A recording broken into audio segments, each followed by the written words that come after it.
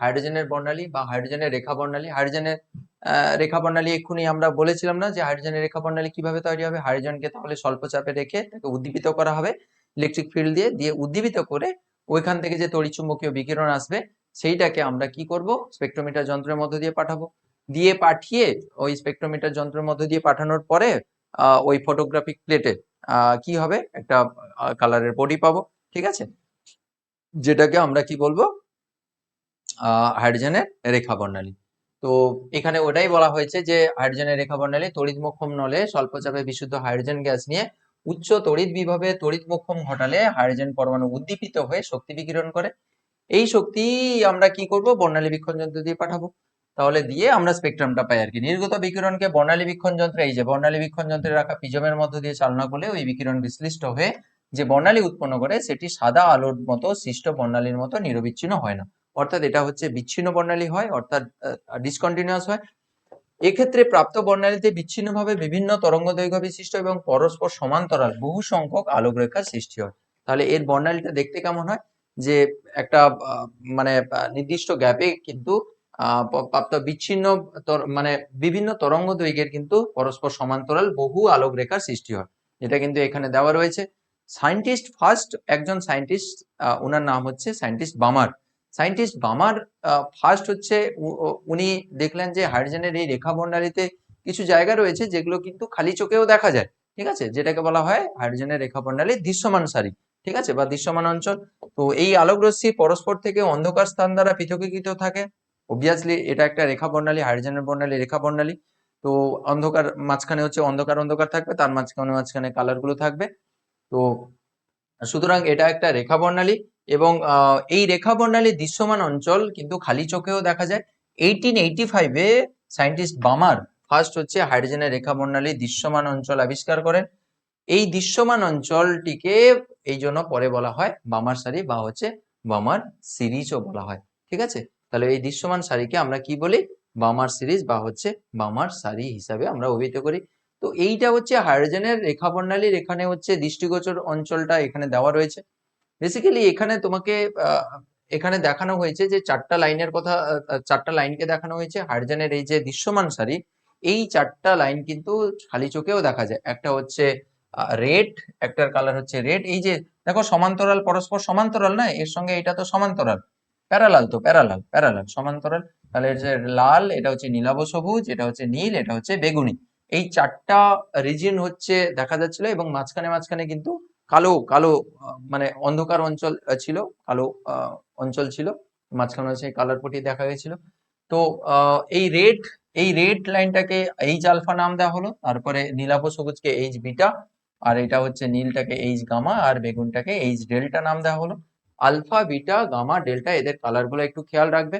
এইটা হচ্ছে দৃশ্যমান সারি।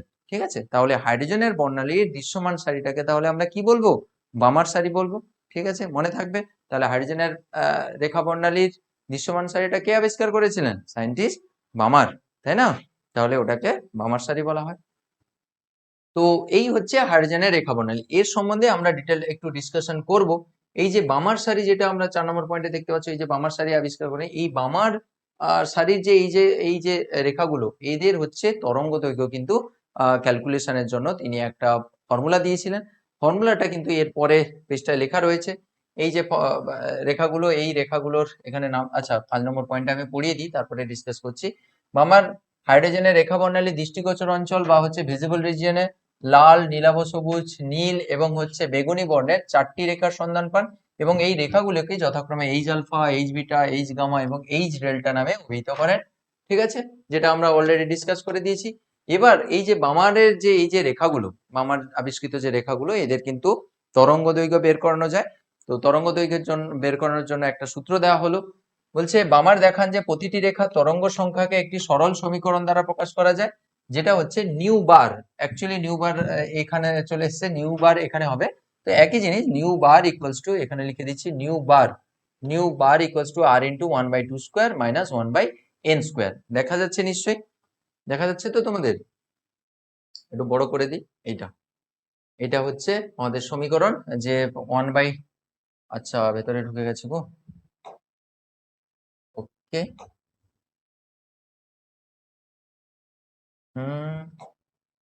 কি হলো? কি হলো?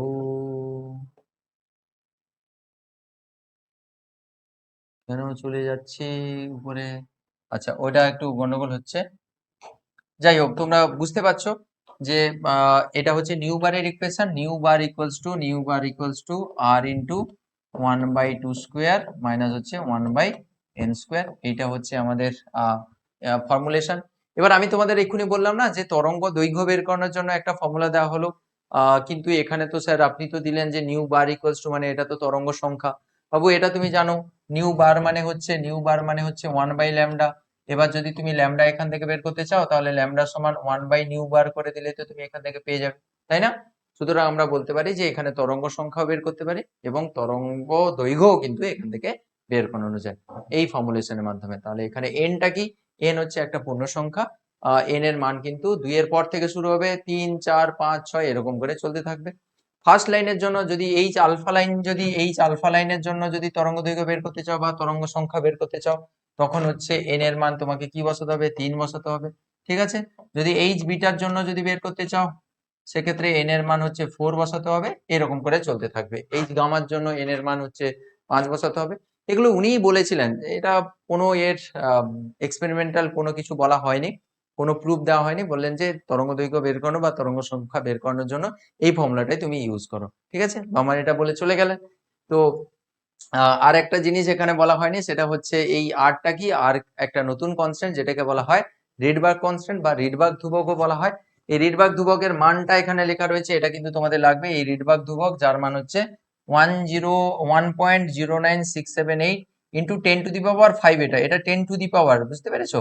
এটা 10⁵ কিন্তু এটা এটা যেন না মিস্টেক করো, এটা টু দি পাওয়ার 10⁵, এটা 10⁵, ঠিক আছে? এটা 10⁵, মনে থাকে জানো। তাহলে 10⁵ সেন্টিমিটার ইনভার্স। তো মিটারে যদি এটা করো তাহলে এইরকমও মনে রাখতে পারো 10967 8, ঠিক আছে? 10967 8 সেন্টিমিটার ইনভার্স, তাই তো? হ্যাঁ। তো এইটাও এইরকম ভাবেও মনে রাখতে পারো, 1 পয়েন্ট না লিখে এইটাও তুমি মনে রাখতে পারো, এইটা হচ্ছে সেন্টিমিটার ইনভার্স। তো আর এন এর ভ্যালু তো এখানে বলে দেওয়া হয়েছে, এন এর ভ্যালু কি হবে? এন এর ভ্যালু হবে 3, 4, 5, 6 অ্যান্ড সো অন। এখানে উল্লেখ করে দিয়েছে যে নিউ বার ইকুয়ালস টু 1/λ, এটা গামা নয়, 1/λ। নিউ বার ইকুয়ালস টু 1/λ, যেখানে আচ্ছা এখানে ভালো করে লিখে দিই, না হলে তোমরা পিডিএফ দেখলে আবার কনফিউশনে পড়ে যাবে, ঠিক আছে? 1/λ, নিউ বার ইকুয়ালস টু 1/λ, 1/λ, 1/λ, যেখানে নিউ হচ্ছে তরঙ্গ সংখ্যা, নিউ নয়, নিউ বার হচ্ছে এখানে তরঙ্গ সংখ্যা, নিউ বার নিউ বার হচ্ছে এখানে তরঙ্গ সংখ্যা, এবং ল্যামডা হচ্ছে তরঙ্গ দৈর্ঘ্য, আর এন এর মান 3, 4, 5, 6 এগুলো সব লেখা রয়েছে আলফা বিটা। তাহলে এই যে এক্ষুনি বললাম এন এর মান তুমি 2 এর পর 3 বসিয়ে এইচ আলফা, তারপরে H beta, H gamma, H delta, এই লাইনগুলো পাওয়া যাবে, ঠিক আছে? তো এই লাইনগুলোকে, এই যে এইচ আলফা লাইন, একে বলা হবে বামার সারির first line. H beta line, okay বলা হবে বামার সারির সেকেন্ড লাইন। হ্যাঁ, তারপরে হচ্ছে গামাকে বলা হবে থার্ড লাইন, আর হচ্ছে ডেল্টাকে বলা হবে ফোর্থ লাইন, ঠিক আছে? এইভাবে কিন্তু আমরা লাইনগুলোকে বলবো, মানে যখন এইচ আলফা বলবো, এইচ আলফা বলতেও আমরা বুঝবো যে বামার সারির হচ্ছে ফার্স্ট লাইন, এইচ বিটা মানে বামার সারির সেকেন্ড লাইন। তাহলে যদি এইচ আলফা যদি বলে যে বামার সারির তুমি সেকেন্ড লাইনের তরঙ্গ দৈর্ঘ্য বের করো, কি ফর্মুলা ইউজ করবে এবং কোনটা কি ভ্যালু ইউজ করবে? তাহলে বামার সারির সেকেন্ড লাইনের জন্য আহ এই ফর্মুলা ইউজ করবে, nu bar equals to R into 1/2 square second line মানে এইচ আলফা, এইচ বিটা। তাহলে ফার্স্ট লাইনের জন্য এন এর ভ্যালু 3 বসাতে হয়, সেকেন্ড লাইনের জন্য 4 বসাবে, এন এর ভ্যালু দিলে হয়ে যাবে, ক্যালকুলেশন করতে হবে। আর তরঙ্গ দৈর্ঘ্য বের করতে হলে 1/λ, মানে 1/নিউ করলে কিন্তু ল্যামডা ইকুয়ালস টু 1/নিউ বার না, তাহলে 1/নিউ বার করলেই তুমি অ্যান্সারটা পেয়ে যাবে, ঠিক আছে? যখন অঙ্ক আমরা করাবো তখন আমরা দেখবো, ঠিক। এরপরে 6 নম্বর একটা খুব গুরুত্বপূর্ণ আরেকটা পয়েন্ট বলেছে যে সায়েন্টিস্ট বামার তো উনি তো বলে দিয়ে চলে গেলেন যে এই ব্যাপার স্যাপার মোটামুটি শুধুমাত্র দৃশ্যমান, তিনি শুধুমাত্র দৃশ্যমান সারিটা আবিষ্কার করে দিয়ে চলে গেলেন। তিনি বললেন যে হাইড্রোজেনের রেখা বর্ণালীতে হচ্ছে আমাদের টোটাল 4টা এরকম লাইন আমরা দেখতে পাবো, যেগুলো হচ্ছে আমরা দৃশ্যমান অঞ্চলে দেখতে পাবো। এরপরে অন্যান্য সায়েন্টিস্টরা এলেন, দেখলেন যে আচ্ছা আরো তো অনেকগুলো লাইন আছে, তাহলে সেগুলো দেখি, সেগুলো আবিষ্কার করা যায় নাকি। ওনারা কিন্তু পরে এসে বামারের পরবর্তী সময়ে অন্যান্য সায়েন্টিস্টরা এসে কিন্তু ওর যে আরো যে অন্যান্য লাইনগুলো ছিল সেগুলো ওরা কিন্তু ইনভেন্ট করলেন, ওনারা হচ্ছে আবিষ্কার করলেন। ঠিক আছে, তাহলে বামার হচ্ছে ফার্স্ট, উনি হচ্ছে দৃশ্যমান অঞ্চল আবিষ্কার করেছিলেন। তারপরে পরপর হচ্ছে হাইড্রোজেনের বর্ণালীর যে আরো যে রেখাগুলো, আরো যে লাইনগুলো অন্যান্য সায়েন্টিস্টরা এসে ওনারা হচ্ছে আবিষ্কার করলেন, এবং ওনাদের নামকরণ অনুযায়ী, ওনাদের নাম অনুযায়ী কিন্তু ওই সকল সারিগুলোর নাম করা হয়েছে। ঠিক আছে, যেরকম বামার আবিষ্কার করেছিলেন বলে ওটাকে বামার সারি বলা হয়েছিল। তো কি কি সারি রয়েছে টোটাল হচ্ছে, আমরা এখানে কটা ফোন হামপ্রিস, আচ্ছা টোটাল 6টা সারি এখানে হবে। একটা হচ্ছে লিম্যান সারি, আর একটা বামার তো আমরা অলরেডি শিখেছি, তারপরে প্যাশন, তারপরে হচ্ছে ব্র্যাকেট, তারপর ফোন, তারপরে আরেকটা সারি ছিল সেটা হচ্ছে হামফ্রিস। হামফ্রিস এটা একটু লিখে নেবে, তোমাদের বইতে হয়তো দেখতে পেয়ে যাবে, এটা হচ্ছে হামফ্রিস সারি। ঠিক আছে, তো 1 2 3 4 5 6 টোটাল হচ্ছে 6টা, মানে বামারের পরে আরো 5টা সারি আবিষ্কার হলো, যেদেরকে কিন্তু এই ধরনের এই নামে নামকরণ করা হচ্ছে। তো এটা হচ্ছে অবলোহিত সারি, এটা তো দৃশ্যমান অঞ্চলে থাকবে, এটা অতিবেগুনি মানে ইউভি রিজিয়নে থাকবে, এটা হচ্ছে ইউভি রিজিয়নে থাকবে। যারা নিট টিরারে দেবে তোমরা এগুলো একটু দেখে রাখবে, ইম্পর্টেন্ট এগুলো, হ্যাঁ। তো লিমেন সারি হচ্ছে অতি বেগুনি সারিতে রয়েছে, অতি বেগুনি রিজিয়নে রয়েছে, ইউভি রিজিয়নে। বামার তো দৃশ্যমান, প্যাশন এগুলো হচ্ছে আইআর রিজিয়নে রয়েছে, এগুলো সব। আর এগুলো হচ্ছে আইআর বা হচ্ছে অবলোহিত, আর এটা মনে হয় ফার ইনফ্রারেড, মানে আহ, অতি অবলোহিত মনে হচ্ছে, ফার ইনফ্রারেড। ঠিক আছে, তো আমাদের এখন টার্গেট হচ্ছে, দেখো শুধুমাত্র বামারের যে তরঙ্গ দৈর্ঘ্য বের করানোর জন্য আমরা কিন্তু একটা ফর্মুলা পেয়ে গেছি, সেটা কোনটা, এই যে nu bar equals to R into 1/n² minus হচ্ছে 1/2² মাইনাস হচ্ছে 1/n²। এটা একটা ফর্মুলা আমরা পেয়ে গেছি। এটা কার জন্য, বামারের জন্য। এন এর ভ্যালু 3 4 এরকম অবস্থা দিলে, কিন্তু স্যার এই যে Leman, passion, bracket, Pfund, Humphreys, এই যে সব লাইনগুলো যে আমরা পেয়েছি, এই সকল লাইনগুলোর তরঙ্গ দৈর্ঘ্য আমরা কি করে, বা তরঙ্গ সংখ্যা নিউবার আমরা কি করে বের করব। তার জন্য কি করা হলো, একটা জেনারেল হচ্ছে ইকুয়েশন আমরা হচ্ছে এখানে লিখবো। মানে ওনারা একটা সায়েন্টিস্টরা একটা জেনারেল ফর্মুলেশন দিলেন, ওই জেনারেল ফর্মুলেশনটাকে যদি তুমি ইউজ করো তাহলে কিন্তু তুমি সকল এই যে Leman, বামার, passion, bracket, Pfund, Humphreys সকল লাইনগুলো কিন্তু তুমি ফার্স্ট তরঙ্গ দৈর্ঘ্য, সেকেন্ড লাইন, থার্ড মানে second first line, second line, third line সবার তরঙ্গ দৈর্ঘ্য তুমি ক্যালকুলেট করতে পারবে। ঠিক আছে, তাহলে শুধুমাত্র বামার চাই না, আমরা সকল যে সারিগুলো রয়েছে সকল সারিগুলোর আমরা কি চাই, আমরা তরঙ্গ দৈর্ঘ্য বের করার সূত্র চাই। ঠিক আছে, তাহলে এবার ক্লিয়ার ব্যাপারটা। প্রথম বামার এসে এই এই সারিগুলো আবিষ্কার করেছিলেন, 4টা সারি, দৃশ্যমান সারিতে 4টা কালার আবিষ্কার করেছিলেন। তারপরে লিম্যান, প্যাশন, ব্র্যাকেট, ফুন ওনারা এসে কিন্তু আর যে অন্য লাইনগুলো ছিল ওগুলো সম্বন্ধে ওনারা হচ্ছে আইডিয়া দিলেন, এবং হচ্ছে তাদের তরঙ্গ দৈর্ঘ্য বের করার একটা হচ্ছে ইন জেনারেল ইকুয়েশন দাঁড় করানো হলো। ঠিক আছে, তো সেই ইন জেনারেল ইকুয়েশনটা কি, ইন জেনারেল ইকুয়েশনটা আমি এখানে লিখছি। ইন জেনারেল ইকুয়েশনটা হচ্ছে এইটা, নিউ বার ইকুয়ালস টু হচ্ছে আর ইন্টু 1/n1² মাইনাস হচ্ছে 1/n2²। ঠিক আছে, 1/n1² মাইনাস হচ্ছে 1/n2²। এটা হচ্ছে আমাদের ইন জেনারেল ইকুয়েশন। ঠিক আছে, এবার এই ইন জেনারেল ইকুয়েশনটাকে কিভাবে ইউজ করে অন্যান্য লিম্যান, বামার, প্যাশন, ব্র্যাকেট এই সকল আমরা সারির লাইনগুলো আমরা তরঙ্গ দৈর্ঘ্য বের করব, সেগুলো আমরা শিখবো। দেখো ফর্মুলা তো একটাই, আমাদের তাহলে টার্গেট হচ্ছে n1 আর n2 ভ্যালু, যে আর এর মানও আমরা জানি 109678 সেন্টিমিটার ইনভার্স, এটা তো আমরা জানি। তাহলে n1 আর n2 এর ভ্যালুটা আমাদের শুধু জানতে হবে। তোমাদের আমি শিখিয়ে দিচ্ছি সুন্দর করে। n1 এর যে ভ্যালু হবে তুমি আগে পরপর সিকোয়েন্স অনুযায়ী মুখস্থ করে নাও। তাহলে প্রথমে হচ্ছে লিম্যান, তারপরে হচ্ছে বামার, তারপরে বামার, তারপর হচ্ছে প্যাশন, তারপর হচ্ছে প্যাশন, তারপর হচ্ছে ব্র্যাকেট, ব্র্যাকেট, তারপর হচ্ছে ফুন্ড, তারপরে হচ্ছে হামফ্রিস, হামফ্রিস। ঠিক আছে, এই সকল সারিগুলো রয়েছে। এবার তুমি এই রকম করে দাগটা টেনে দাও, দাগটা টেনে দিলাম। তাহলে এইগুলো হচ্ছে লিম্যানের ধরো একটা, দুটো, তিনটে, first line, second line, third line, fourth line. বামারের 1 2 3 4টা লাইন, প্যাশনের 1 2 3 4টা লাইন। আমি 4টা করে লিখছি আর কি, 4টা ফুন্ড, 4টা হামফ্রিসের হয়তো আমি 4টা লিখে দিলাম। ঠিক আছে, এরকম করে 3-4টা করে আমি হচ্ছে লাইন দিয়ে দিয়েছি, ঠিক আছে। এবার লিমেনের ক্ষেত্রে n1 এর ভ্যালুটা কি হবে, n1 এর ভ্যালুটা দেখে নেবে। n1 এর ভ্যালুটা হচ্ছে সবার জন্য ফিক্স, লিমেনের জন্য হচ্ছে 1 হবে, বামারের জন্য 2, এর জন্য 3, এর জন্য 4, এর জন্য 5, এর জন্য হচ্ছে 6। n1 নিয়ে তোমার কোনো চিন্তা নেই। বাকি রইলো আমাদের হারাধনের n2 ভ্যালু। n2 ভ্যালুটা আমরা কি করে পাবো, n2 ভ্যালুটা ধরো এটা সাপোজ হচ্ছে ফার্স্ট লাইন, ঠিক আছে। ফার্স্ট লাইনের জন্য লিমেনের জন্য দেখো n1 এর ভ্যালু তো এখানে ফিক্স, n1 ইকুয়ালস টু 1, তাহলে তার ভ্যালুটা শুরু হবে তারপর থেকে, অর্থাৎ ফার্স্ট লাইনের জন্য n2 এর ভ্যালু হচ্ছে 2 হবে, এটা হচ্ছে ফার্স্ট লাইনের জন্য। সেকেন্ড লাইনের জন্য 3 হবে, তারপরের জন্য 4 হবে, তারপর লাইনের জন্য 5 হবে, তারপরের লাইনের জন্য 6 হবে।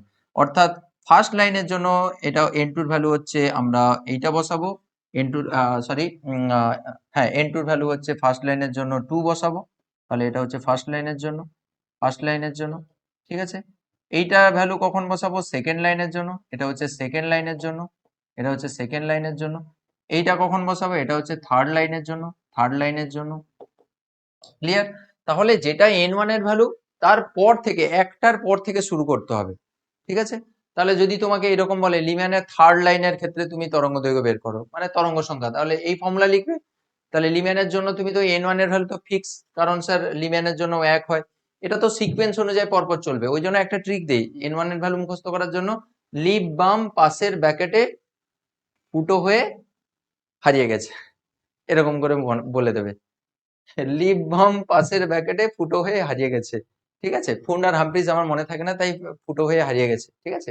তাহলে লিপ হচ্ছে প্রথমে লিপ হচ্ছে লিম্যান, বাম হচ্ছে বামার, প্যাশন পাশের হচ্ছে প্যাশন 3, n1 এর ভ্যালু 3, ব্র্যাকেট হচ্ছে 4, মানে তুমি বাকেট বলছি এখানে, লিপ বাম পাশের বাকেটে ফুটো হয়ে হারিয়ে গেছে। ফুটো মানে হচ্ছে ফুন্ড 5, আর হামফ্রিজ হারিয়ে গেছে হচ্ছে 6, ঠিক আছে। এগুলো হচ্ছে n1 এর ভ্যালু। n1 ভ্যালু মুখস্থ রাখতে হলে তোমাকে সিকোয়েন্স মনে রাখতে হবে। n2 এর ভ্যালু ধরো, তাহলে তোমাকে লিম্যানের কত নম্বর লাইন বলেছিলাম, 3 নম্বর লাইন বের করতে বলেছিলাম, 3 নম্বর লাইনে তরঙ্গ দৈর্ঘ্য 3 নম্বর লাইন, মানে n1 এর ভ্যালু তো 1 ফিক্স, n1 এর ভ্যালু তো 1 ফিক্স। 3 নম্বর লাইনের জন্য n2 এর ভ্যালু কি হবে, n1 প্লাস হচ্ছে তুমি 3 নম্বর লাইনের জন্য 3 বসিয়ে দাও, দেখবে চলে আসবে, অর্থাৎ 4 হবে এর ক্ষেত্রে। কেন কেন 4 হলো, আমি ট্রিকটা এক্ষুনি দিচ্ছি।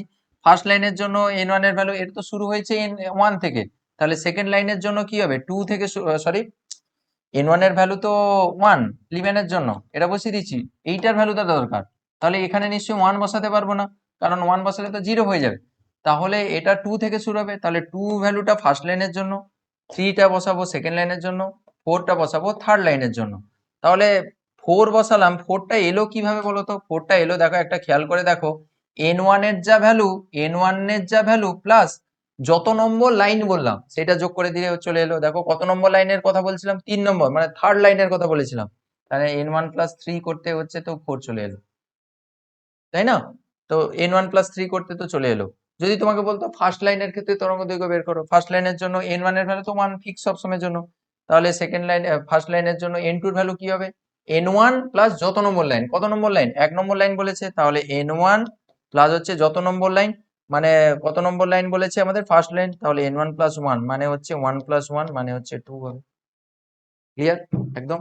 আরো দুই একটা এক্সাম্পল করাই দিলে বুঝতে পারবে। বামারের ক্ষেত্রে তাহলে ফার্স্ট লাইনের জন্য শুরু হবে কত, এ তো বামারের জন্য n1 এর ভ্যালু তো 2 ফিক্স, তাহলে এর শুরু হবে তাহলে 3 থেকে, 3 তারপর হচ্ছে 4 তারপর হচ্ছে 5 তারপর হচ্ছে 6, এরকম করে চলতে থাকবে।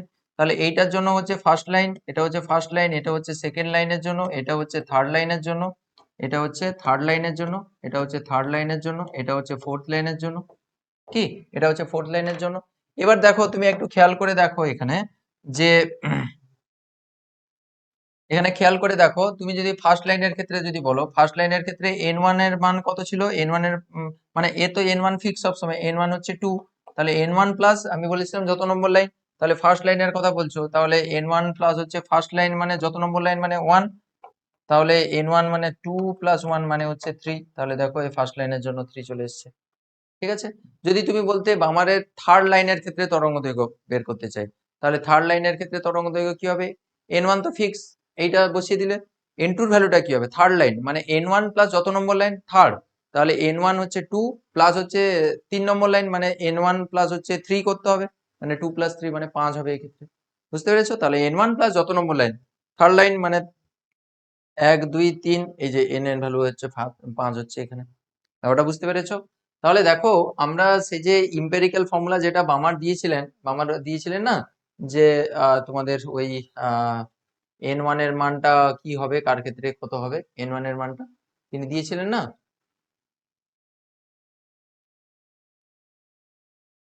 n1 এর মান কোথায় দেওয়া হয়েছিল? n1 এর মান এই যে n1 এর মান 3 4 5 6। কার জন্য কোনটা দেওয়া হয়েছিল? কার জন্য কোনটা দেওয়া হয়েছিল? ফার্স্ট লাইনের জন্য 3 থেকে শুরু হয়েছিল, ফার্স্ট লাইনের জন্য 3 থেকে, তারপরে 4 লাইন, তারপর সেকেন্ড লাইনের জন্য 4, থার্ড লাইনের জন্য 5 এরকম দেওয়া হয়েছিল। তারপরে লাইনের জন্য 6 দেওয়া হয়েছিল। দেখো এর সঙ্গেও কিন্তু মিলে গেছে। সেখানে তিনি জানতেনই না যে এরকম কোনো একটা ফর্মুলা আসবে, কিন্তু তিনি যেটা দিয়েছেন সেটাই কিন্তু এর সঙ্গে মিলে গেল, তাই না? সেখানেও তো ফার্স্ট লাইনের জন্য এন এর ভ্যালু, সেখানে n1 n2 বলেনি, সেখানে n1 এর ভ্যালু তিনি আগে বলে দিয়েছিলেন যে সেখানে 2 বসাতে হবে। এখানেও তো আমাদের এই সূত্র অনুযায়ীও তো 2 বসছে এখানে, সূত্র অনুযায়ীও আমাদের তো 2 বসছে, তাই না? তাহলে ফার্স্ট লাইনের জন্য 2, সেকেন্ড লাইনের জন্য আমরা ফার্স্ট লাইনের জন্য 3, সেকেন্ড লাইনের জন্য 4, এরকম করে ইউজ করবো। ক্লিয়ার?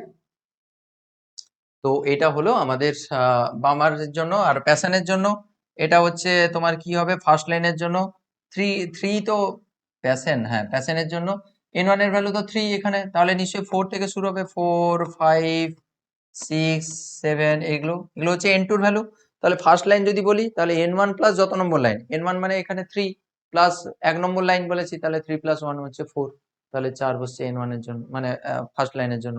সেকেন্ড লাইনের জন্য কি হবে, n1 প্লাস হচ্ছে 2, সেকেন্ড লাইন 2 নম্বর লাইন, তাহলে n1 এর মান 3, 3 প্লাস হচ্ছে 2 মানে 5 চলে এসেছে। বুঝতে পেরেছো? এইভাবে ব্র্যাকেটের ক্ষেত্রেও সেই একই রকম ভাবে, অর্থাৎ পুরো ব্যাপারটা যদি আমি সাম আপ করে দিই, তাহলে তোমাদের এইটা দাঁড়াচ্ছে যে n1 এর ভ্যালু স্যার ফিক্স, n1 এর value Lyman Balmer Paschen Brackett Pfund Humphreys এরকম করে 1 2 3 করে চলে যাবে। n2 এর ভ্যালুটা হবে n1 প্লাস যত নম্বর লাইন বলবে এইটাই লিখে রাখবে আর কি।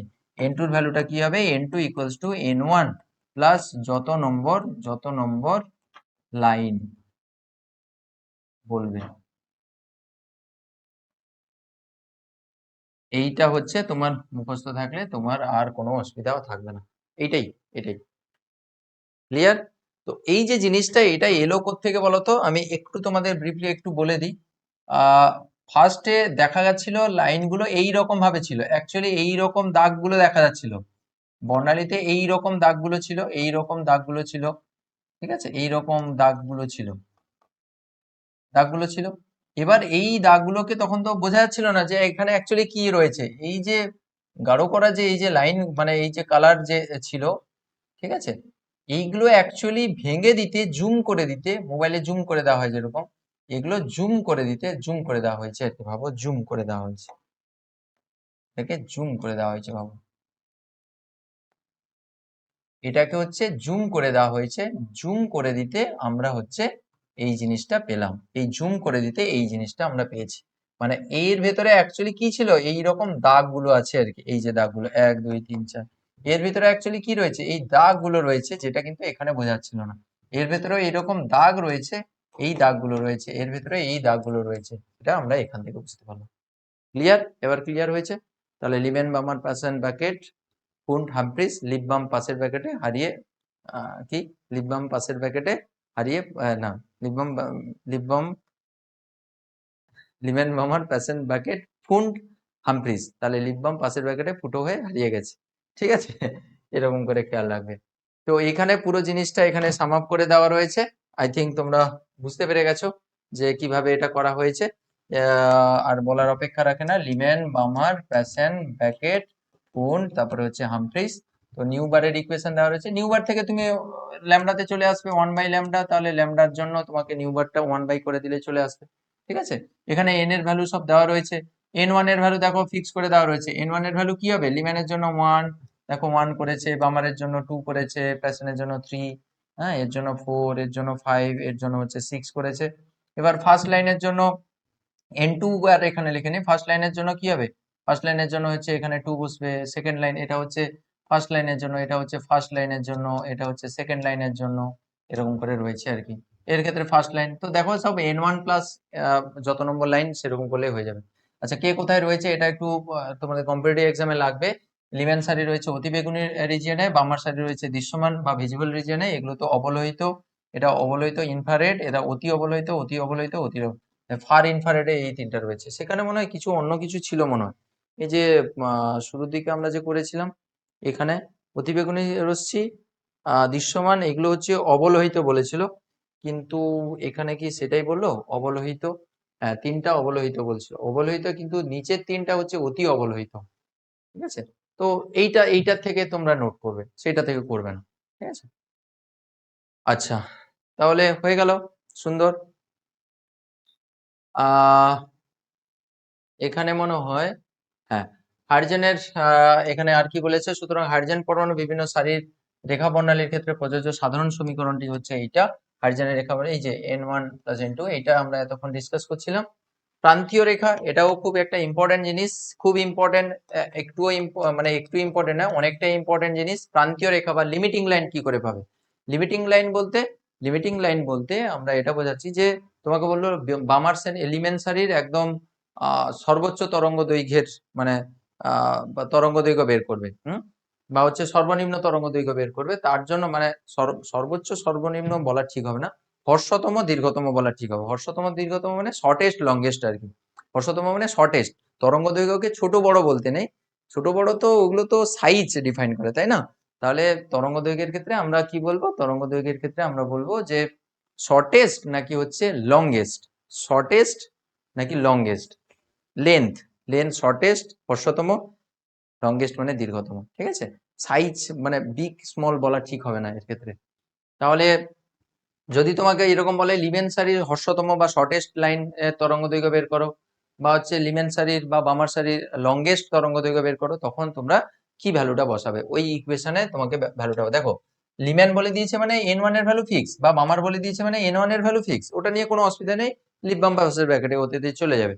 কিন্তু এই হটেস্টের ক্ষেত্রে নাকি, শর্টেস্ট আর লংগেস্ট এর ক্ষেত্রে এই N2 এর ভ্যালুটা কত বসাবে? ঠিক আছে, এইটা কিন্তু আমাদের জানতে হবে। তোমাদের শুধু একটা জিনিস তোমাদের খেয়াল রাখতে বলবো, সেটা হচ্ছে যে দীর্ঘতম তরঙ্গ দৈর্ঘ্য যখন, লংগেস্ট তরঙ্গ দৈর্ঘ্য ল্যামডা ম্যাক্স যখন বের করবে, তখন বলছে 2 নম্বর সমীকরণে, মানে এই যে সমীকরণে ক্ষেত্রে N2 এর সর্বনিম্ন মান বসাতে হবে, অর্থাৎ N2 এর মান তোমাকে হচ্ছে এখানে হচ্ছে একদম লোয়েস্ট ভ্যালুটা বসাতে হবে। N1 এর মান ভ্যালু যদি 2 থেকে শুরু হয়, তাহলে এটাতে 3 বসাতে হবে। কখন? যখন হচ্ছে তুমি লংগেস্ট তরঙ্গ দৈর্ঘ্য বের করবে, অর্থাৎ ল্যামডা ম্যাক্স বের করবে। তাহলে ল্যামডা ম্যাক্সিমাম যখন বের করতে চাইবে, তখন N2 এর ভ্যালু হচ্ছে মিনিমাম ভ্যালুটা, N2 এর মিনিমাম ভ্যালু বসাবে। ঠিক আছে, এটা হচ্ছে ল্যামডা ম্যাক্স এর জন্য। আর যখন তুমি ল্যামডা মিনিমাম বের করবে, হর্ষতম তরঙ্গ দৈর্ঘ্য বের করতে চাইবে, তখন সেক্ষেত্রে N2 = ইনফাইনাইট বসাতে হবে। তাহলে ল্যামডা মিনিমাম যখন বের করতে চাইবে, তখন হচ্ছে N2 এর হচ্ছে N2 = ইনফাইনাইট বসাতে হবে। তাহলে ইনফাইনাইট বা হচ্ছে অসংজ্ঞাত, এই ভ্যালুটা এখানে বসাতে হবে। এর একটা রিজনও রয়েছে, দেখো ছোট্ট করে যদি আমি জিনিসটা, ছোট্ট করে তো হয় না, একটু তা বলে দিই। ধরো নিউক্লিয়াস রয়েছে, এরকম করে এগুলো কক্ষগুলো রয়েছে। দেখো তুমি এটা জানো ভালো করে যে নিউ বার = 1/λ, কি? তাহলে আহ আহ না, এটা থেকে হবে কি, হ্যাঁ, তোমরা এটা দেখেছো প্ল্যাঙ্কে, H নিউ, এর জায়গায় C/λ বসাচ্ছি। এটা আমরা শুরুতে করেছি, এই রিলেশনটা C/λ করেছি। তাহলে আমরা এখান থেকে বলতে পারি এনার্জি হচ্ছে তরঙ্গ দৈর্ঘ্যের সঙ্গে হচ্ছে ইনভার্সলি প্রপোর্শনাল, ল্যামডা বাড়লে কিন্তু এনার্জি কমবে। ধরো সাপোজ একটা, এটা হচ্ছে N1 = 1 প্রথম কক্ষপথ, এটা 2 নম্বর, এটা 3 নম্বর, এটা 4 নম্বর কক্ষপথ। তাহলে কোন ক্ষেত্রে এনার্জি একদম কম হবে? মানে ধরো ইলেকট্রন এখান থেকে এইখানে আসছে, এখান থেকে এইখানে আসছে, এখান থেকে এখানে আসছে, কোন ক্ষেত্রে হচ্ছে এনার্জিটা বেশি রিলিজ করবে সিস্টেমের, মানে গ্রহণ বর্জনটা কোন ক্ষেত্রে? এটাও হতে পারে যে 1 থেকে 2 এ যাচ্ছে, 1 থেকে 3 এ যাচ্ছে, 1 থেকে 4 এ যাচ্ছে, কোন ক্ষেত্রে এনার্জিটা হচ্ছে বেশি গ্রহণ বর্জন হবে, কোথায় গ্রহণ হবে বর্জন হবে, সেগুলো পরে আসছে। তুমি শুধু আচ্ছা এটা একটা প্র্যাকটিক্যালি আমাকে বলো তো, ধরো সাপোজ তুমি নিচতলায় থাকো, নিচতলা থেকে একতলায়, দুতলায়, তিনতলায়, কোন তলায় যেতে তোমার সবচেয়ে বেশি এনার্জি লাগবে? স্যার একদম সবচেয়ে তলায়, যে সবচেয়ে উপরের তলা, সেটাতে হচ্ছে এনার্জি বেশি লাগবে। সবচেয়ে কম এনার্জি কোথায় লাগবে? স্যার যেই ফ্লোরে রয়েছে সেই তলা থেকে তার ঠিক উপর তলাতে যেতে হচ্ছে এনার্জি কম লাগবে। মানে তুমি যদি গ্রাউন্ড ফ্লোরে থাকো তাহলে ফার্স্ট ফ্লোরে যেতে তোমার এনার্জি সবচেয়ে কম লাগবে। অর্থাৎ যদি এর ক্ষেত্রে যদি আমি বলি, জাস্ট সিম্পল আইডিয়াটা একটু রাখো, তোমাদের পরে এইসব জিনিসগুলো আরো আইডিয়াগুলো ক্লিয়ার হয়ে যাবে। যদি এইখানে যদি ইলেকট্রন থাকে তাহলে স্যার এখান থেকে 1 থেকে 2 এ যেতে হচ্ছে সবচেয়ে কম এনার্জি লাগবে, কি? বা ওইখান থেকে এখানে ফিরে আসতে সবচেয়ে কম এনার্জি বর্জন হবে, কারণ সবচেয়ে কম ডিস্টেন্স ওইটা, তাই না? তাহলে যদি স্যার আমি যদি যে তলায় রয়েছে সেখান থেকে যদি তার পরের তলাতে যাই তাহলে হচ্ছে সেক্ষেত্রে লোয়েস্ট এনার্জি লাগবে। তাহলে এনার্জি যদি লোয়েস্ট হয়, এনার্জি যদি সবচেয়ে কম হয়, তাহলে সেক্ষেত্রে ল্যামডার মান হচ্ছে সবচেয়ে বেশি হবে। তুমি তো এখানে দেখিয়েছো এনার্জি বেশি হলে ল্যামডা কম হবে, আর এনার্জি কম হলে ল্যামডা হাই হবে, ইনভার্সলি প্রপোর্শনাল। তাহলে আমি চাই ল্যামডা ম্যাক্সিমাম পেতে, ল্যামডা ম্যাক্সিমাম যদি পেতে চাই, সবচেয়ে বেশি যদি পেতে চাই, এনার্জিকে সবচেয়ে কম হতে হবে। আর এনার্জি সবচেয়ে কম হবে কখন?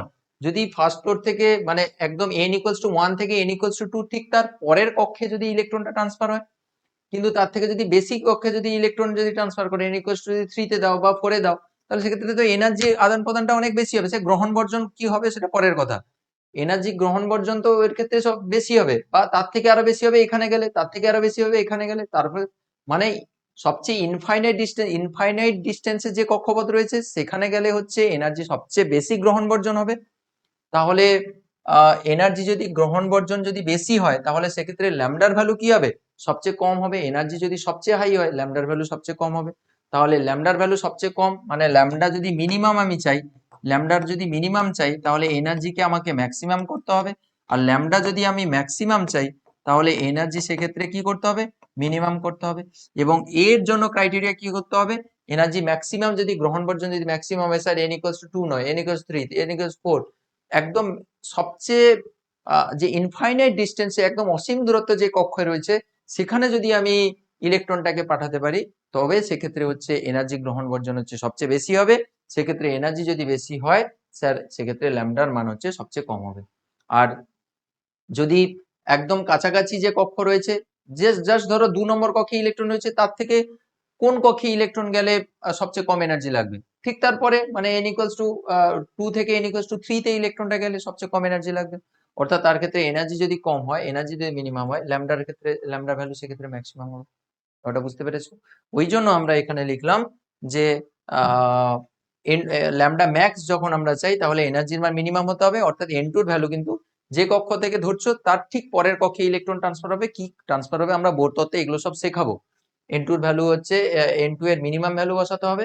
আর ল্যামডা মিনিমাম যদি বের করতে চাও তাহলে এনার্জিকে ম্যাক্স হতে হবে। সেক্ষেত্রে ইলেকট্রনটাকে কোথায়? n2 এর ভ্যালুটাকে ম্যাক্সিমাম মানে ইনফাইনাইট ডিস্টেন্সে পাঠাতে হবে। তাহলে যদি তোমাকে এরকম বলা হয় যে লিম্যান বার্মার প্যাশনের ক্ষেত্রে ল্যামডা ম্যাক্স আমরা চাই, ল্যামডা ম্যাক্স চাই, তাহলে ল্যামডা ম্যাক্স যদি বের করতে চাই n1 এর ভ্যালু কি হবে? লিম্যান বার্মার প্যাশন, তাহলে n1 এর ভ্যালু 3, ওটা তো ফিক্স। n2 এর ভ্যালুটা কি হবে? n2 এর ভ্যালুটা কি হবে? ল্যামডা ম্যাক্স চাইছো মানে এনার্জি মিনিমাম হতে হবে, মানে তার পরের কক্ষে যেতে হবে। তাহলে n1 এর পরের কক্ষ মানে n2=4 করতে হবে।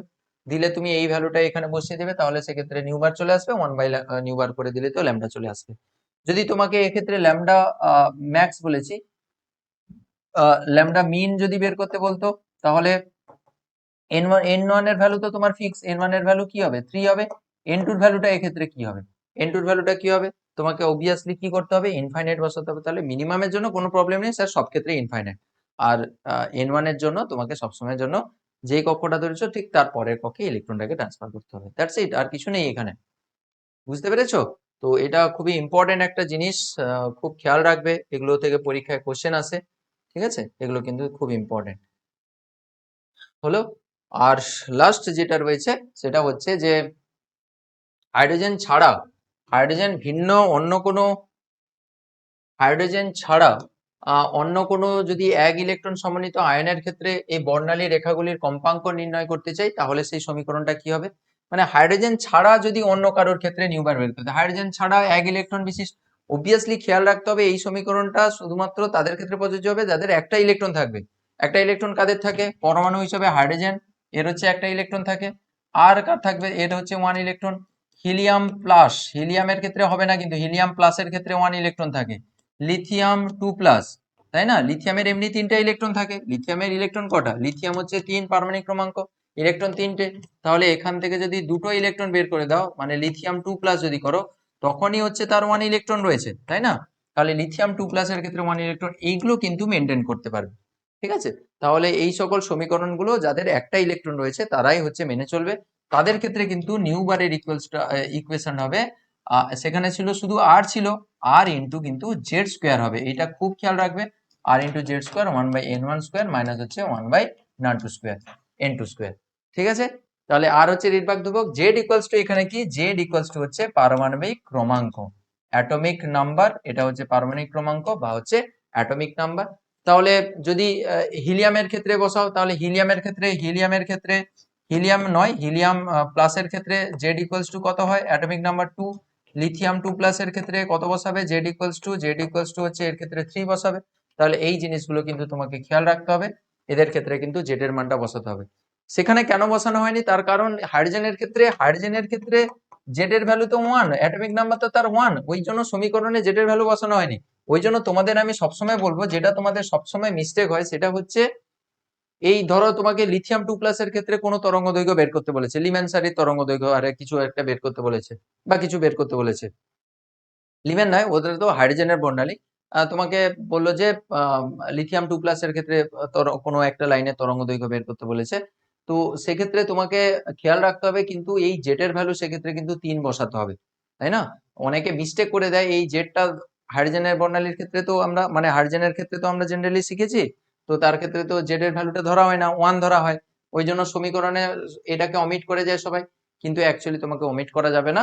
সেক্ষেত্রে কিন্তু লিথিয়াম 2+ এর ক্ষেত্রে জেড এর ভ্যালু কিন্তু তোমাকে 3 বসাতে হবে।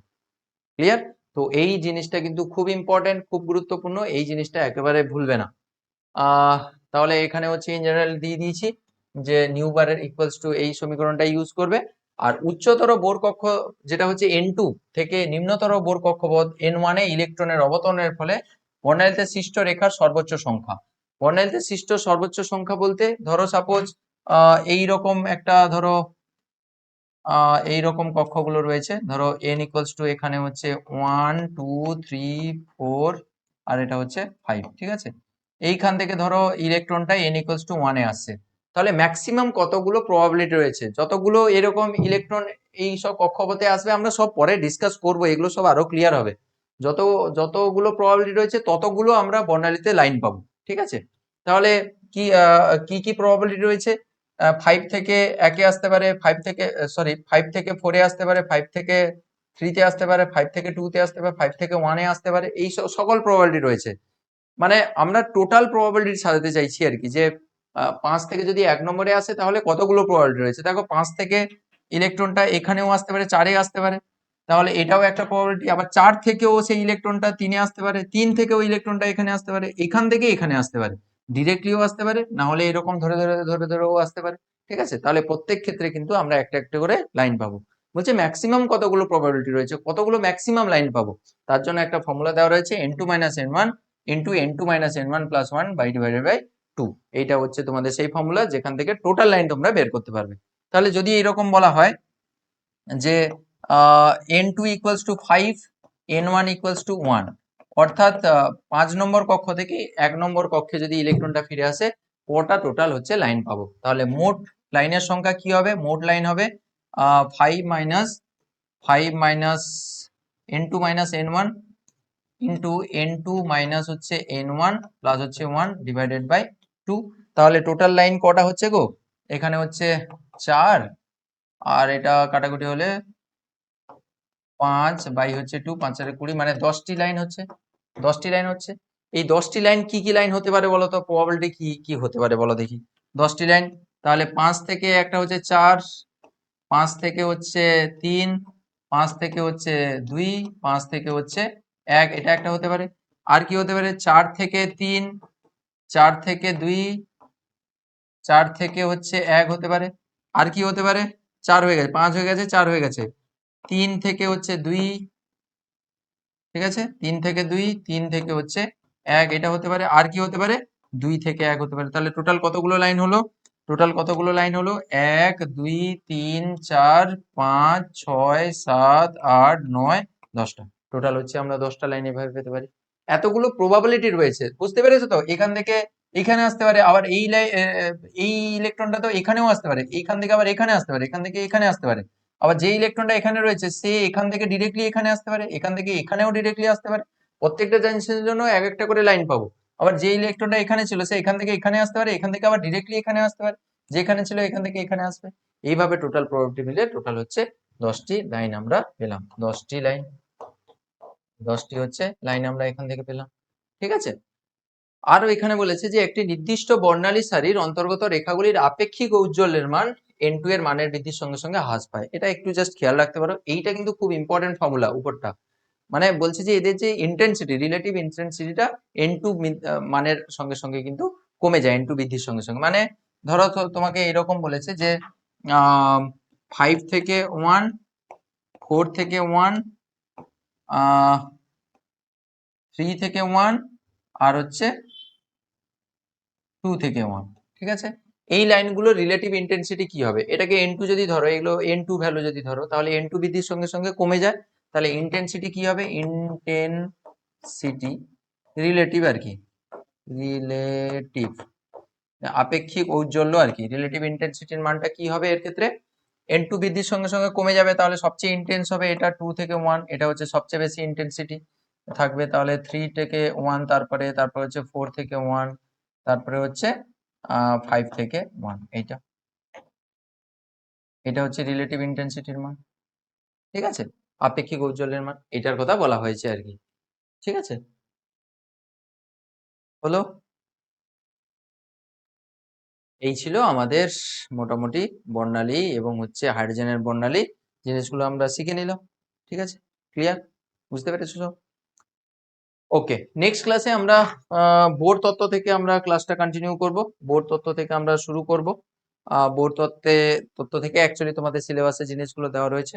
তো এই দুটো ক্লাস আমাদের দরকার ছিল, বিশেষ করে এই ক্লাসটা না হলে তোমরা কিন্তু বোর তত্ত্ব বুঝতে গেলে খুব অসুবিধা পড়বে। আর এই ক্লাসে হয়তো দু একটা জিনিস হয়তো বুঝতে অসুবিধা হলেও হতে পারে। তবে বোর তত্ত্বে যদি বোর তত্ত্ব যদি করে দেওয়া হয় তাহলে তোমাদের আর কিছু অসুবিধা হবে। অনেকের হয়তো অসুবিধা হতে পারে, এখান থেকে ইলেকট্রন ওখানে চলে যাচ্ছে, এগুলো কি, এই এই কক্ষ থেকে ওই কক্ষে ইলেকট্রন কেন চলে যাচ্ছে, কি ব্যাপার স্যাপার, এনার্জি কখন শোষণ করছে, কখন বিকিরণ করছে, এগুলো হয়তো বুঝতে পারছি না। আস্তে আস্তে করে তুমি ক্লিয়ার হয়ে যাবে, বোর তত্ত্ব যখন পড়ানো হবে এগুলো ক্লিয়ার হয়ে যাবে। ঠিক আছে, আই থিঙ্ক জিনিসগুলো বুঝতে পেরেছো। আর এই চ্যাপ্টারের আর ভিডিওগুলো যদি না দেখে থাকো, এখানে আমি প্লে লিস্ট দিয়ে দিচ্ছি, এখান থেকে কিন্তু তুমি দেখে নিতে পারবে। আরেকটা খুব গুরুত্বপূর্ণ কথা, যদি তোমার টিউশন থাকা সত্ত্বেও তুমি কেমিস্ট্রি বুঝতে পারছো না, অসুবিধা হচ্ছে, তাহলে আমাদের অনলাইন ক্লাস চলছে। অনলাইন ক্লাসে কিন্তু তুমি আমাদের জয়েন হতে পারো। সুন্দর করে প্রত্যেকটা জিনিস সেখানে পড়ানো হচ্ছে থরলি, তার সঙ্গে সঙ্গে অ্যাসাইনমেন্ট, তার সঙ্গে সঙ্গে এক্সাম নেওয়া, সবকিছু কিন্তু হচ্ছে। সবচেয়ে বড় কথা, তোমাদের যদি কোয়ারিজ থাকে, ডাউট থাকে, সেটা কিন্তু সপ্তাহে আমি তোমাদের লাইভ ক্লাসের মাধ্যমে, গুগল মিটের লাইভ ক্লাসের মাধ্যমে কিন্তু আমি সেই সকল জিনিসগুলো সলভ করে দিই। ঠিক আছে, তো তোমাদের কোনো অসুবিধা থাকার কথা নয় এবং অসুবিধা হবে না। যদি তোমাদের সত্যি প্রবলেম থাকে তাহলে লেট না করে আমাদের অনলাইন ক্লাসে তুমি জয়েন হতে পারো। ক্লাস কখন হয়, ফিস কত, কিভাবে ক্লাস করবে, সমস্ত কিছু ডিটেলস জানার জন্য আমাদের ডেসক্রিপশনে হেল্পলাইন নাম্বার রয়েছে, সেখানে ফোন করে তুমি জেনে নিতে পারবে। Thank you so much. পরের ক্লাসে আবার দেখা হবে। চলো, টাটা।